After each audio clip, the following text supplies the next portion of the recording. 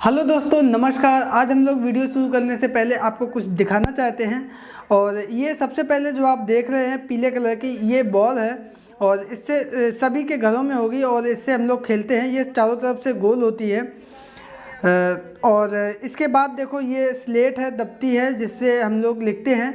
और बच्चे जब छोटे होते हैं तो इसी से लिखना स्टार्ट करते हैं, इसी से सीखते हैं।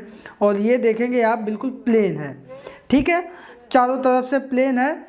और इसको हम लोग आगे देखते हैं। एक ये डिब्बा है और ये इसमें देखेंगे नीचे तली और ऊपर जो ढक्कन, ये प्लेन है, बाकी ये पूरा वक्र है, ठीक है।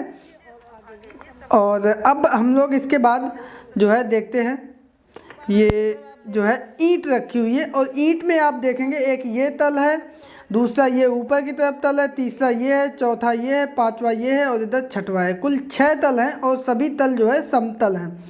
इसके बाद ये देखो, ये इसको हम लोग शंकु के आकार का बोलते हैं, जो टोपी हम लोग बर्थडे पे लगाते हैं। तो ये नीचे जो है गोल है और ऊपर छोटी होती चली जाएगी, सबसे ऊपर जो है नोक निकल आएगी। तो इसमें भी एक समतल होता है और एक वक्रतल। तो इसी से संबंधित हमारी ये एक्सरसाइज है, जो कि कक्षा 6 की गणित की इकाई 7 जो है ज्यामिति और धारणाएं हैं। और इस वीडियो में हम लोग यही सीखेंगे कि ये जो आकृतियां हैं विभिन्न प्रकार की, इनका हम लोग मेजरमेंट, मापन कैसे करेंगे और इसको हम लोग किस तरीके से आगे इसके बारे में जानकारी जुटाएंगे। तो उसी का बेसिक जो है वो इस एक्सरसाइज से स्टार्ट हो रहा है। तो चलते हैं हम लोग वाइट बोर्ड पे और वहाँ से हम लोग इस एक्सरसाइज के प्रश्नों को सॉल्व करेंगे। तो बच्चों, अब हम लोग बोर्ड पर आते हैं और ये जो एक्सरसाइज है 7A, इसके प्रश्नों को सॉल्व करेंगे। बहुत आसान प्रश्न है। और इसमें पहला प्रश्न हमारा है कि निम्नलिखित शब्दों में से उपयुक्त शब्द चुनकर रिक्त स्थानों की पूर्ति कीजिए। रिक्त स्थानों को हमें भरना है, ठीक है। और यहाँ पे कुछ शब्द दिए गए हैं। पहला है असंख्य, एक और वक्र। इन शब्दों को इनमें भरना है, ठीक है। तो सबसे पहला है कि समतल में स्थित दो बिंदुओं से होकर कितनी रेखाएं खींची जा सकती है। तो समतल में स्थित, मान लिया एक ये बिंदु है और एक ये बिंदु है, तो इन दोनों बिंदुओं से होकर कितनी रेखाएं खींची जा सकती है? सिर्फ और सिर्फ एक रेखा खींची जा सकती है। तो एक हमारा यहाँ पर रिक्त स्थान में आ जाएगा, ठीक है। आगे हम लोग देखते हैं, वो है कि समतल में स्थित किसी रेखा में कितने बिंदु होते हैं। वही बात यहाँ पे आ जाएगी कि ये अगर रेखा है तो इसमें कितने बिंदु हैं। तो इसमें हमारे असंख्य बिंदु हैं। कितने बिंदु हैं? असंख्य बिंदु हैं। तो यहाँ पे हम असंख्य भर देंगे, ठीक है, ये वाला ऑप्शन। आगे देखते हैं, गोले का तल कैसा होता है। तो गोला हमारा कुछ इस तरीके से होता है और ये समतल नहीं होता है, ये हमारा होता है वक्रतल। तो इसमें हम भर देंगे वक्रतल, ठीक है। तो ये वाला ऑप्शन आ गया। आगे देखते हैं, वो हमारा दिया गया है, समतल में स्थित एक बिंदु से होकर कितनी रेखाएं खींची जा सकती हैं। तो समतल में स्थित किसी एक बिंदु से होती हुई ये अगर बिंदु है तो अनेक रेखाएं खींची जा सकती हैं। कहने को हम ये कह सकते हैं कि असंख्य रेखाएं खींची जा सकती हैं। तो यहाँ पे हमारा आंसर जो इसमें भरा जाएगा वो हो जाएगा असंख्य। और इसी के साथ हमारा प्रश्न नंबर 1 कंप्लीट होता है, ठीक है। तो अब हम लोग चलते हैं अगले प्रश्न यानी प्रश्न नंबर 2 पर। तो बच्चों, हमारे यहाँ पर दूसरा प्रश्न दिया गया है कि निम्नलिखित कथनों में से सही कथन के सामने कोष्टक में सही चिन्ह और गलत कथन के सामने कोष्टक में गलत का चिन्ह लगाइए, ठीक है।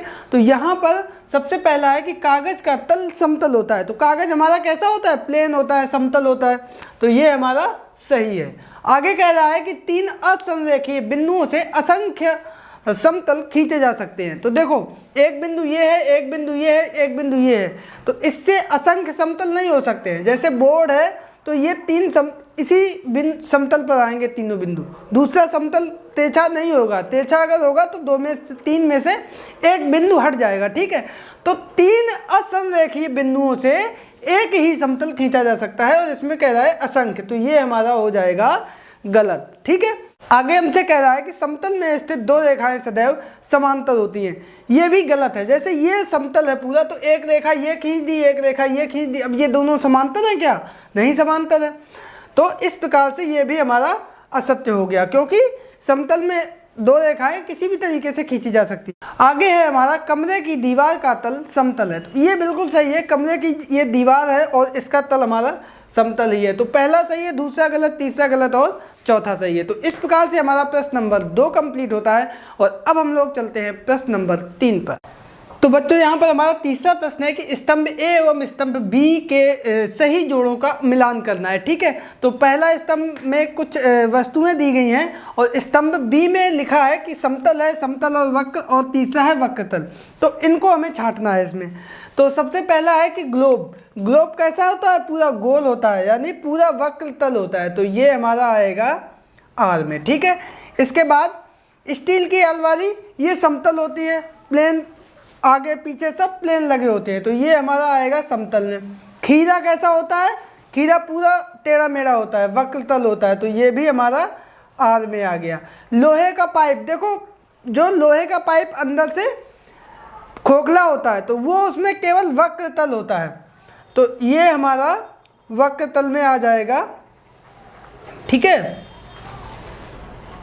और आगे आता है शंकु। शंकु हमारा होता है नीचे प्लेन होता है और ऊपर इस तरीके से तिरछा होता चला जाता है, तो ये हमारा समतल और ये इधर वाला हिस्सा वक्रतल होता है, तो ये समतल और वक्रतल दोनों में आता है।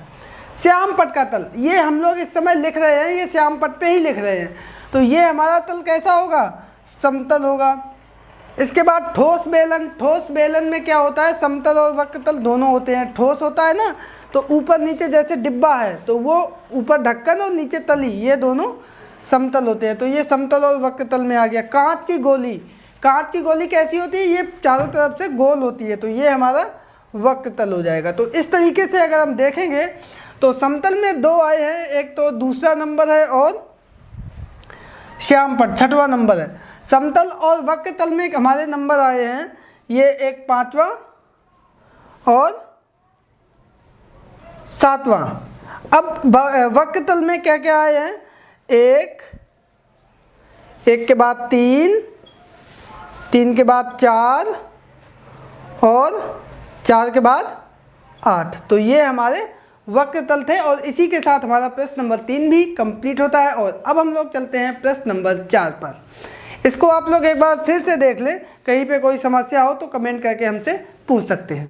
तो बच्चों यहाँ पर हमारा चौथा प्रश्न दिया गया है कि ठोस बेलन में कितने समतल और कितने वक्रतल होते हैं। तो देखो ठोस बेलन हमारा इस तरीके से होता है, ये है ना, और ये हमारा पूरा गोल होता है, वक्रतल होता है। तो ये हमारा एक तो हो गया वक्रतल, और ये दोनों हमारे हो गए समतल। तो कुल मिला के यहाँ पर हमें एक वक्रतल मिलेगा और समतल कितने मिलेंगे? 2 समतल ये होते हैं। ठीक है, समझ गए। अब आगे प्रश्न है कि समतल के 3 गुण बताइए। यहाँ पे हम तीनों गुण लिख चुके हैं, आप लोग सिर्फ इसको पढ़ लीजिए। तो समतल में एक बिंदु से जाने वाली असंख्य रेखाएं खींची जा सकती हैं। अगर ये हमारा समतल है तो ये इस बिंदु से अनंत रेखाएं हम लोग खींच सकते हैं। ठीक है। दूसरा है कि 3 असंरेखीय बिंदुओं से सिर्फ और सिर्फ एक ही तल खींचा जा सकता है। ठीक है। तीसरा है एक ही समतल में स्थित रेखाएं परस्पर या तो समांतर होंगी अथवा प्रतिच्छेद करेगी। ये समतल है तो या तो रेखाएं इस तरीके से होंगी, दोनों का अंतर समान होगा, और या फिर इस तरीके से होंगी तो ये आगे जाके कहीं ना कहीं एक दूसरे को प्रतिच्छेद करेगी। ठीक है। और अंत में प्रश्न है हमारा कि समतल वाली वस्तुओं और वक्रतल वाली वस्तुओं के 4 उदाहरण दीजिए। अभी पिछला प्रश्न हम लोगों ने किया था, स्तंभ में मिलान किया था, उसी से उदाहरण लिए हैं और 4 उदाहरण हमने लिखे हैं। स्टील अलमारी समतल के उदाहरण हैं, श्याम पट का तल और कागज का तल और स्लेट दफ्ती जिसमें हम लोग लिखते हैं रख के।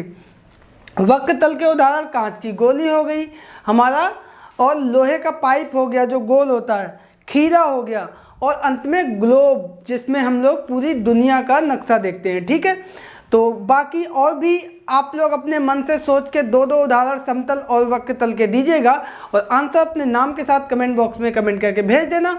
तो इसी के साथ हमारी ये एक्सरसाइज 7A कंप्लीट होती है। आई होप कि आपको एक्सरसाइज बहुत अच्छे से समझ में आ गई होगी।